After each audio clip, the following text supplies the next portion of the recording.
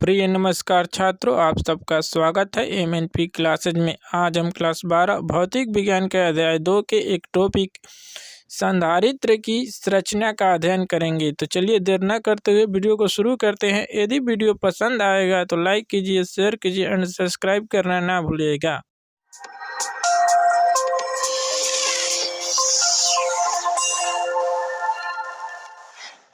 केले मानव शरीर के लिए ऊर्जा के क्षणिक स्रोत के रूप में कार्य करते हैं।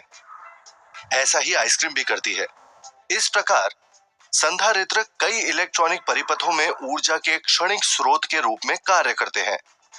आइए हम संधारित्र की संरचना और कार्यविधि के बारे में विस्तार से जानें। हमारा उद्देश्य है, पहला, किसी संधारित्र की संरचना समझना और दूसरा, किसी संधारित्र के आवेशन और निरावेशन की प्रक्रिया को समझना। एक अंधेरे परिवेश में आवश्यक प्रकाश प्राप्त करने के लिए एक फोटोग्राफिक कैमरे में फ्लैश का उपयोग किया जाता है। उच्च तीव्रता वाली फ्लैश के लिए उच्च धारा स्पंद की आवश्यकता होती है। फ्लैश प्रणाली में संधारित्र नामक एक इलेक्ट्रॉनिक घटक का उपयोग बड़ी मात्रा में आवेश को संग्रहित करने के लिए किया जाता है, जिसे आवश्यकता पड़ने पर मुक्त किया जा सकता है। संधारित्र मुख्यतः यादृच्छिक आकृति और आयतन की दो सुचालक प्लेटों से बना होता है, जो एक परावैद्युत माध्यम द्वारा पृथक होती है, जिसे परावैद्युतांक कहते हैं। कागज, वायु, अभ्रक, बैकलाइट आदि परावैद्युतांक के कुछ उदाहरण हैं। संधारित्र कई प्रकार के होते हैं, जैसे बेलनाकार संधारित्र, गोलीय संधारित्र और समानांतर प्लेट संधारित्र। संधारित्रों की कार्यविधि। संधारित्र दो चरणों में कार्य करता है, पहला आवेशन और दूसरा निरावेशन। आवेशन। एक साधारण संधारित्र दो समांतर प्लेटों और निर्वात के रूप में परावैद्युत से बना होता है, जो श्रेणी क्रम में एक प्रतिरोधक, एक एमीटर और एक बैटरी से जुड़ा होता है। प्रारंभ में स्विच दबाने पर बैटरी से परिपथ में उच्च धारा प्रवाहित होती है। बैटरी के ऋणात्मक सिरे से इलेक्ट्रॉन निकलकर संधारित्र की प्लेट ए तक पहुंचते हैं। स्थिर वैद्युत प्रेरण के कारण प्लेट ए पर उपस्थित इलेक्ट्रॉन प्लेट बी पर उपस्थित मुक्त इलेक्ट्रॉनों को प्रतिकर्षित करते हैं और वे चालक तार के माध्यम से बैटरी के धनात्मक सिरे की ओर प्रवाहित होते हैं। इस प्रकार प्लेट बी जितने इलेक्ट्रॉन त्यागती है, उतने ही इलेक्ट्रॉन प्लेट ए ग्रहण कर लेती है। ध्यान दें कि प्लेटों के बीच इलेक्ट्रॉनों की कोई गति नहीं होती है। यहाँ प्लेट ए इलेक्ट्रॉनों को ग्रहण करके ऋणावेशित हो जाती है, जबकि प्लेट बी इलेक्ट्रॉनों को त्याग कर धनावेशित हो जाती है, और तब इन दोनों प्लेटों के मध्य वैद्युत क्षेत्र उत्पन्न हो जाता है। प्लेटों पर आवेशों का संग्रहण चरघातांकी रूप से बढ़ता है।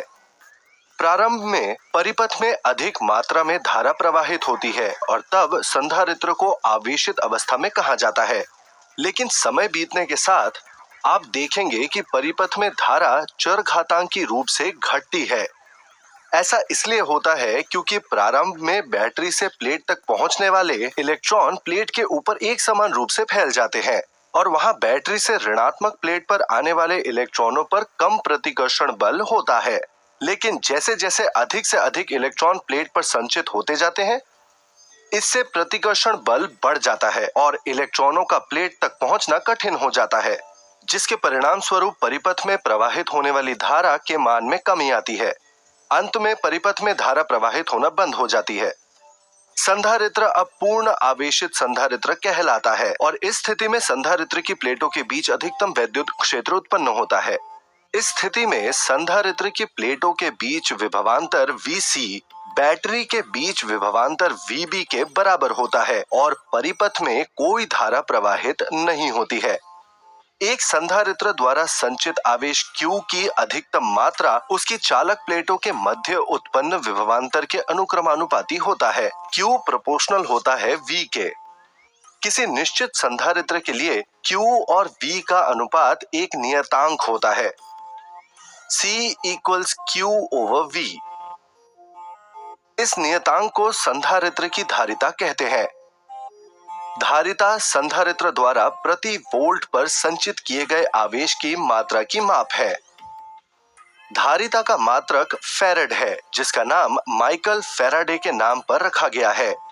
एक फैराड 1 कूलोम प्रति वोल्ट के बराबर होता है। निरावेशन: जब एक पूर्णतः आवेशित संधारित्र को लोड प्रतिरोध जैसे कि विद्युत बल्ब के साथ श्रेणी क्रम में जोड़ा जाता है, तब प्लेट ए पर उपस्थित इलेक्ट्रॉन पीछे की ओर धनावेशित प्लेट बी की ओर जाने लगते हैं। प्रारंभ में संधारित्र की प्लेटों के मध्य अधिकतम विभवांतर के कारण परिपथ में अधिक संख्या में इलेक्ट्रॉन प्रवाहित होते हैं और इससे बल्ब दीप्ति के साथ जलता है। लेकिन जैसे जैसे समय बीतता है, संचित आवेश की मात्रा चरघातांकी रूप से घटती जाती है और परिणाम स्वरूप प्लेटों के बीच विभव भी कम हो जाता है। फलस्वरूप परिपथ में प्रवाहित होने वाली धारा चरघातांकी रूप से घटती है, जैसा कि आलेख में दिखाया गया है। प्रकाश की तीव्रता कम हो जाती है। इस प्रक्रिया को संधारित्र की निरावेशन प्रक्रिया कहा जाता है। काफी समय बाद जब दोनों प्लेटों के मध्य विभवांतर 0 तक पहुंच जाता है, तब संधारित्र को पूर्णतः निरावेशित कहा जाता है। यह ध्यान दें कि संधारित्र के आवेशन के दौरान एक बैटरी आवेशों को स्थानांतरित करने का कार्य करती है और ऊर्जा संधारित्र में संचित होती है, लेकिन निरावेशन के दौरान संधारित्र में संचित ऊर्जा आवेशों को विपरीत दिशा में ले जाने का कार्य करती है। आगे के अध्ययन के लिए आइए हम आवेशित और निरावेशित संधारित्र को आपस में बदल देते हैं। प्रतिरोध R की अनुपस्थिति में आवेशन और निरावेशन प्रक्रिया तुरंत अर्थात लगभग कुछ ही क्षणों में पूर्ण हो जाएगी, लेकिन परिपथ में एक प्रतिरोध लगाकर हम इन दोनों प्रक्रियाओं को धीमा कर देते हैं, जिसके कारण हम इन प्रक्रियाओं को बेहतर ढंग से समझ पाते हैं। बाद में हम संधारित्र में परावैद्युत की भूमिका और संधारित्र की धारिता को प्रभावित करने वाले अन्य कारकों का अध्ययन करेंगे। अतः हम समझ गए हैं कि किसी संधारित्र की तात्क्षणिक आवेशन और निरावेशन प्रक्रिया एक कैमरे की उच्च तीव्रता वाली फ्लैश में आवश्यक उच्च धारा स्पंद प्रदान करती है। सारांश: संधारित्र ऐसा इलेक्ट्रॉनिक घटक है जिसका उपयोग अधिक मात्रा में आवेश को संचित करने के लिए किया जाता है, जिसे आवश्यकता पड़ने पर मुक्त किया जा सकता है। एक संधारित्र मुख्यतः यादृच्छिक आकृति और आयतन की 2 सुचालक प्लेटों से मिलकर बना होता है, जो कुचालक पदार्थ द्वारा पृथक होता है, जिसे परावैद्युत कहते हैं। किसी निश्चित संधारित्र के लिए Q और V का अनुपात नियतांक C होता है, जिसे संधारित्र की धारिता कहा जाता है। धारिता का मात्रक फैराड होता है।